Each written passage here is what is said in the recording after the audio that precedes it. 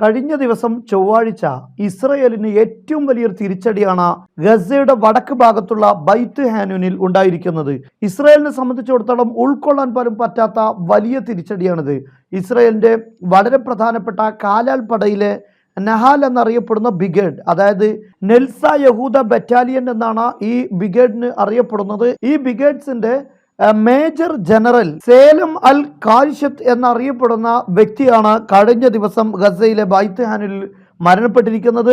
ഹമാസിന്റെ പോരാളികൾ അദ്ദേഹത്തെ ഒളിഞ്ഞിരുന്ന് വെടിവെച്ച് കൊലപ്പെടുത്തുകയാണ് ചെയ്തിട്ടുള്ളത്. ഇത് ഇസ്രായേൽ തന്നെ വളരെ ഞെട്ടലോടെയാണ് കേട്ടിട്ടുള്ളത്. ഇസ്രായേലിന്റെ ചാനലുകളെല്ലാം ഈ വിഷയവുമായി ബന്ധപ്പെട്ട വാർത്തകൾ പുറത്തുവിട്ട് കഴിഞ്ഞു. ഇദ്ദേഹത്തിന് 42 വയസ്സ് മാത്രമാണ് പ്രായമുള്ളത്. പക്ഷേ 42 ആണെങ്കിലും അദ്ദേഹത്തിന് 12 മക്കളുണ്ട്. അവരെല്ലാം കുടുംബത്തെ വിവരം അറിയിച്ചു എന്നാണ് ഇപ്പോൾ ഇസ്രയേലിന്റെ ഔദ്യോഗികമായിട്ടുള്ള വാർത്താക്കുറിപ്പിൽ വന്നിട്ടുള്ളത്. ഇദ്ദേഹം ഇസ്രയേലിന്റെ പ്രതിരോധ മന്ത്രി ഗാലൻസിന്റെ കൂടെ സന്ദർശനത്തിന് ഇടയിലാണ് ഇങ്ങനെ ഒരു ആക്രമണത്തിന് വിധേയമായത് എന്നത് വളരെ പ്രധാനപ്പെട്ട, അല്ലെങ്കിൽ അത്രയും ഗുരുതരമായ ഒരു വിഷയമായിട്ട് തന്നെയാണ് അതിനെ ഇസ്രയേൽ കണക്കാക്കപ്പെടുന്നത്. മാത്രവുമല്ല, ഇത് ബൈത്ത് ഹാനൂൻ എന്ന് പറയുമ്പോൾ ഇസ്രയേൽ ആദ്യമായി സൈനിക നടപടി ആരംഭിച്ച സ്ഥലവുമാണ് ബൈത്ത് ഹാനൂൻ എന്നറിയപ്പെടുന്നത്.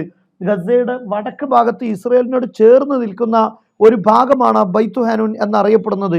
ഈ ഭാഗത്ത് പോലും, അതായത് യുദ്ധം ആരംഭിച്ച സ്പേസിൽ പോലും കാര്യമായ രൂപത്തിലുള്ള നിയന്ത്രണങ്ങൾ ഇല്ല എന്ന് പറയുമ്പോൾ ഈ 200 ദിവസം അതിശക്തമായ മാരകമായ യുദ്ധം ചെയ്ത് ഇസ്രയേൽ എന്ത് നേടി എന്ന ചോദ്യമാണ് ഇവിടെ പ്രസക്തമാകുന്നത്. കാരണം ആരംഭിച്ച സ്ഥലങ്ങളിൽ പോലും ഇപ്പോൾ ഹമാസ് ആണ് നിയന്ത്രണം ഏറ്റെടുത്തുകൊണ്ടിരിക്കുന്നത്. അതായത് ഗസയുടെ വടക്ക് ഭാഗം മുതൽ ഗസയുടെ മധ്യഭാഗത്തും അതുപോലെ തന്നെ തെക്ക് ഭാഗത്തും ഇവിടെയെല്ലാം ഹമാസിന്റെ പോരാളികൾ തന്നെയാണ്, അവർ തന്നെയാണ് യുദ്ധം നിയന്ത്രിച്ചു കൊണ്ടിരിക്കുന്നത്.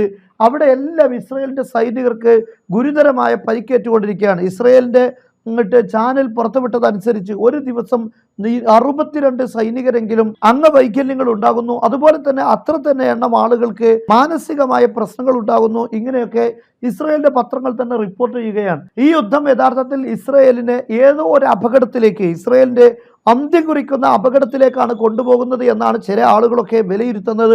ഈ രാഷ്ട്രത്തിന്റെ തന്നെ, അല്ലെങ്കിൽ ഈ പറയപ്പെടുന്ന സയനിസ്റ്റ് രാഷ്ട്രം തന്നെ മാപ്പിൽ നിന്ന് ഇല്ലാതാകുന്നതിൻ്റെ തുടക്കമാണ്, അല്ലെങ്കിൽ ഇത് ഇസ്രയേലിന്റെ പതനത്തിന്റെ ആരംഭമാണ് എന്നുവരെ പല ആളുകളും ഇപ്പോൾ വിലയിരുത്തിക്കൊണ്ടിരിക്കുകയാണ്.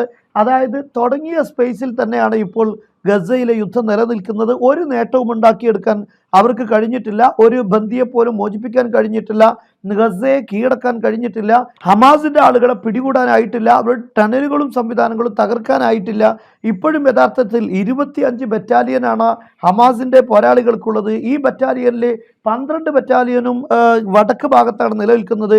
അവരിപ്പോഴും അവിടെ സജീവമായി തന്നെ അവർ നിയന്ത്രണം നടത്തിക്കൊണ്ടിരിക്കുന്നു എന്നാണ് ഇതിൽ നിന്ന് ബോധ്യപ്പെടുന്നത്. അതേസമയത്ത് ഇസ്രയേലിന്റെ സൈനികരുടെ സ്ട്രൈക്കുകൾ ഓരോ ഭാഗത്ത് മാറി മാറി വരുന്നു. പക്ഷെ അവിടെയുള്ള ആളുകളെ, സാധാരണക്കാരായ ആളുകളെ കൊന്നെടുക്കുക എന്ന രീതിയാണ് ഇപ്പോൾ ഇസ്രയേൽ സ്വീകരിക്കുന്നത്.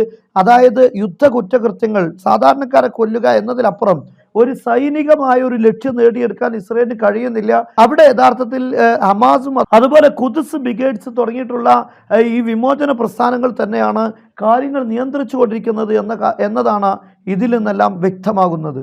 നിങ്ങൾ എവിടെയാണെങ്കിലും നിങ്ങളുടെ കുട്ടികൾക്ക് ലൈവായി തന്നെ മദ്രസ പഠനം നടത്താനുള്ള ഏറ്റവും നല്ല ഓപ്ഷൻ ത്വയ്ബ ഓൺലൈൻ അക്കാദമി.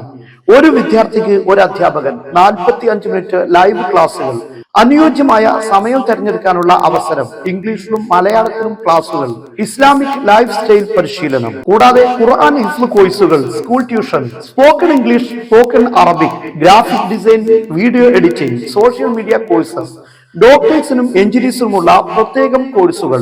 ബന്ധപ്പെടേണ്ട നമ്പർ താഴെ.